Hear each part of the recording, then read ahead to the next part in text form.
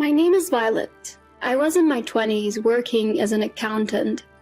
After joining the company, Robert, the head of accounting and also my husband, was super helpful. He guided me through my job and was a great listener whenever I had work troubles. I was drawn to his dedication and honesty at work. Eventually, we started dating, and a year later he proposed. I hesitated though, because he was the grandson of the company's CEO, Connor. But Robert consulted Connor about us, and Connor, who already liked my work ethic, said, "What a joyous thing! You have my blessing." So we got married and moved into the family home. Connor, in his 70s, is still an active CEO. The company is family-owned, and Robert's father, Hudson, serving as the managing director. Robert's mom, Ileana, told me, "I'll handle the chores, so keep working until you have kids."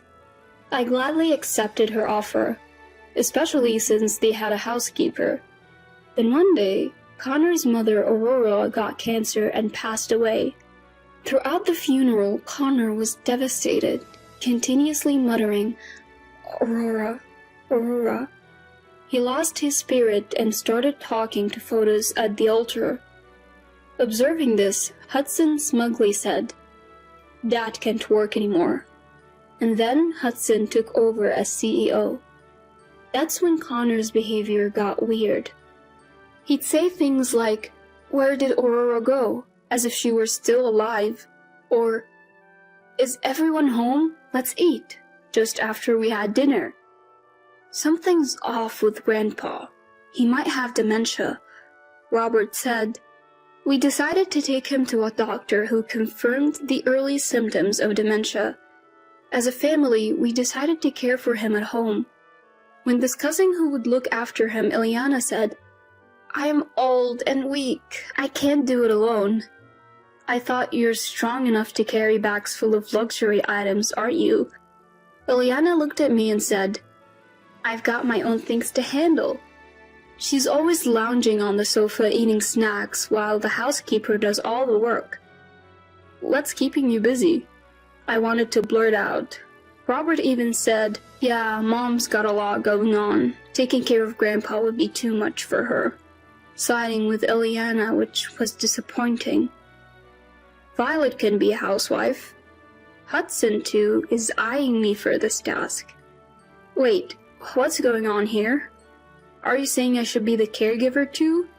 Robert announced, "Violet is quitting her job to take care of Grandpa," while I stood there feeling like a deer caught in headlights. Ileana looked at me and said cheerfully, "That would be wonderful." And just like that, a decision was made without me saying a word. By the end of the month, I had quit my job and become a housewife. Ileana let the housekeeper go at this point. I ended up handling all the household chores and caregiving, leading to busy days. Meanwhile, my sister-in-law Lucy, who had moved out after getting married, came back home due to a divorce triggered by her lavish spending and lack of housework. "I've moved back into my room," Lucy announced as she carried her belongings into what was supposed to be a children's room upstairs. My workload just increased. The next day, Lucy and Ileana went out shopping. It was quiet without them, and cleaning was easier. That's when I heard a bell ring from Connor's room. "What's up, Connor?" "Aurora, where is she? Where is everyone?" "They're all out," I replied. He just stared out the window after that. Later, during dinner time, as I was attending to Connor, Ileana and Lucy came back. "Violet, prepare dinner," Ileana ordered. "Ileana, didn't you say you didn't need dinner today?" I retorted. Robert got angry. "You haven't prepared Mom's dinner?" Ileana played the victim. "Rob, sometimes she doesn't even let me have lunch." I was stunned. "How can you say that when you're this well-fed?" "Lucy, didn't you also say you didn't need dinner?" "I never said that." Lucy retorted, pretending to be clueless. Lucy said, "Robert, why don't you divorce this horrible woman and marry someone useful?" Robert yelled, "Violet, how dare you slack off as a housewife? You're going without dinner as a punishment. You probably ate something during the day anyway." Just then, Connor threw his plate on the floor. It was more like he hurled it, actually. Thanks to that, I wasn't hit. "Get it together, Grandpa," Robert said, looking annoyed. That day, I went without dinner. From then on, Robert's attitude only grew colder. During the day, Eliana would scatter stuff around and complain as always. "Violet, when will the cleaning be done? I saw some trash in the hallway." While I was preparing dinner in the kitchen, Eliana would chime in, "Let me help you," only to burn the food in the pot, spill ketchup and sauce, make a mess, drop a glass, and even step on my hand while I was tidying up. Because of her, I injured my hand with a piece of glass. Seeing me wince, Eliana said, "Oh, sorry about that, didn't mean to," but didn't seem to feel bad at all. And now the ketchup and sauce stains are permanent and the cuts on my hand stung. One evening, as I was getting out of the shower and walking past the living room on my way to my room, I heard voices. Robert was back and everyone was having a conversation.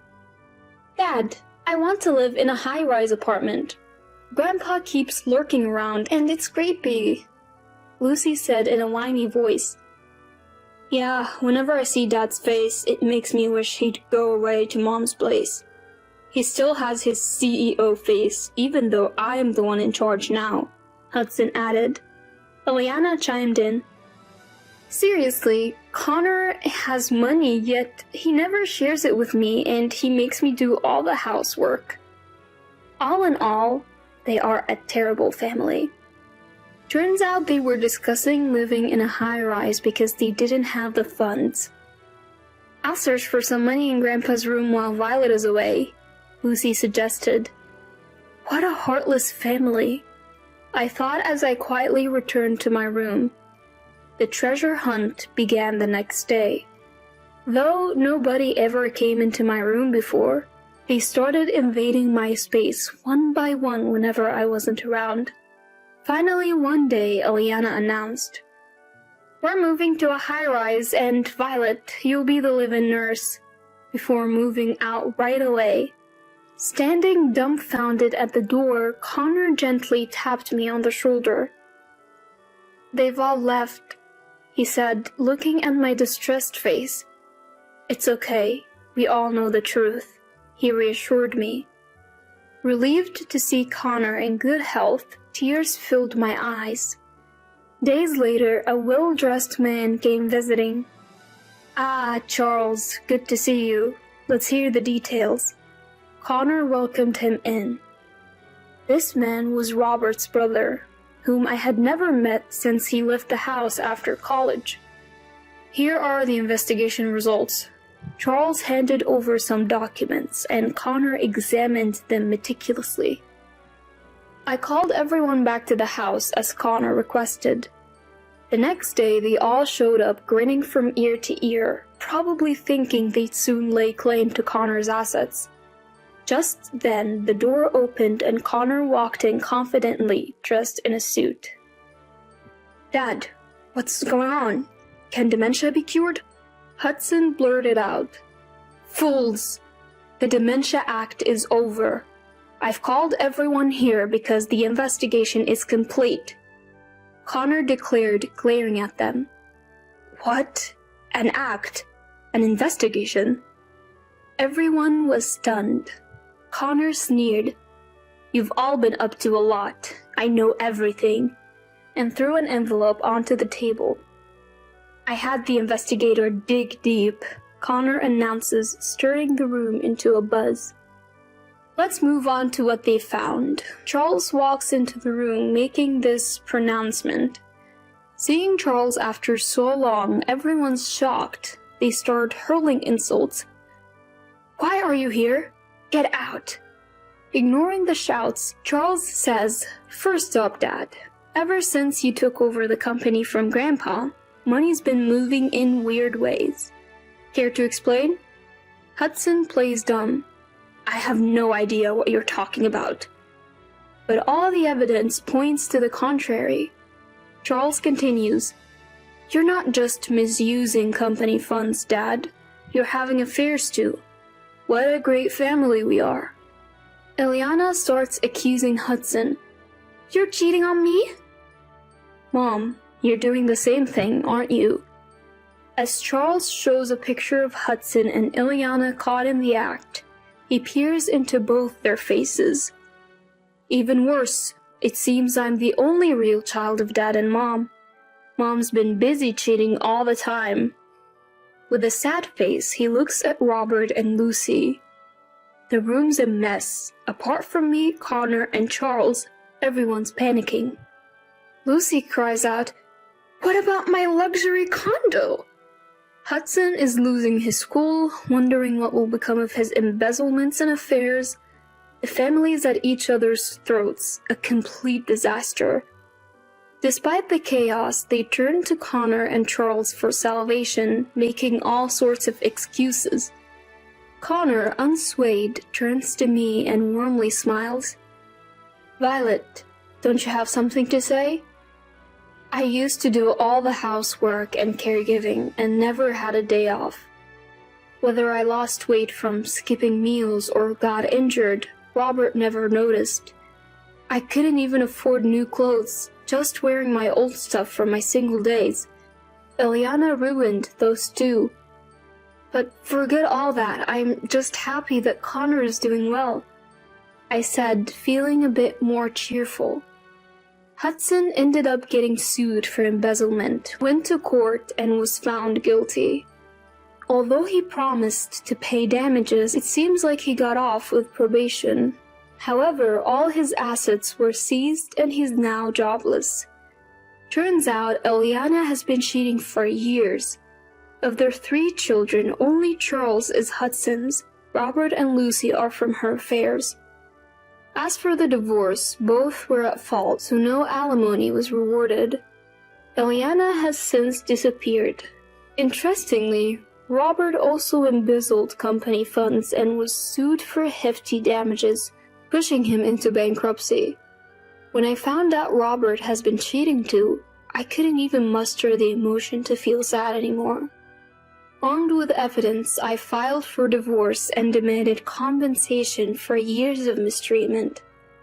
Now Robert works at a cleaning company to make these payments, but is reportedly getting scolded by younger part-timers because he's incompetent, yet arrogant. What Lucy had found was that the $2 million in gold bars that Connor had given to Aurora, Lucy liquidated the gold and seemingly purchased a high-rise condo. However, Connor wasn't willing to forgive Lucy, who's not his biological grandchild, for selling it. He demanded the gold's worth in cash or threatened to sue, so Lucy had no choice but to relinquish her high-rise. Later, Charles evicted the in-laws from the condo. The high-rise dream was lost, and the condo wasn't sold for as much as it was bought for. All that remained was a debt of $200,000. Evicted, they all moved to cheap, crumbling apartments and are struggling even to find food, according to Charles. "Eventually, they'll be homeless," Charles chuckled. The business has been taken over by other relatives. Charles has moved back home, and now we're remarried and living happily ever after.